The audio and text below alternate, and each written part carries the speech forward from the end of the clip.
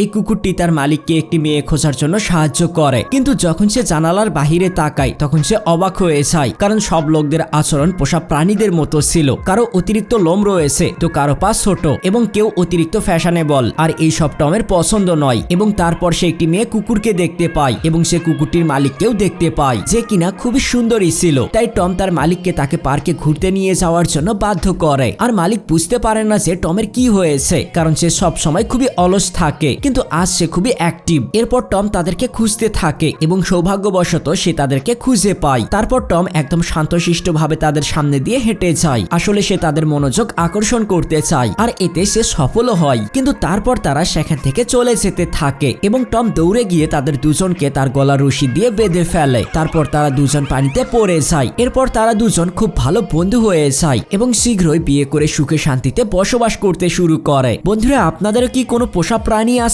থাকলে অবশ্যই কমেন্টে জানাবেন।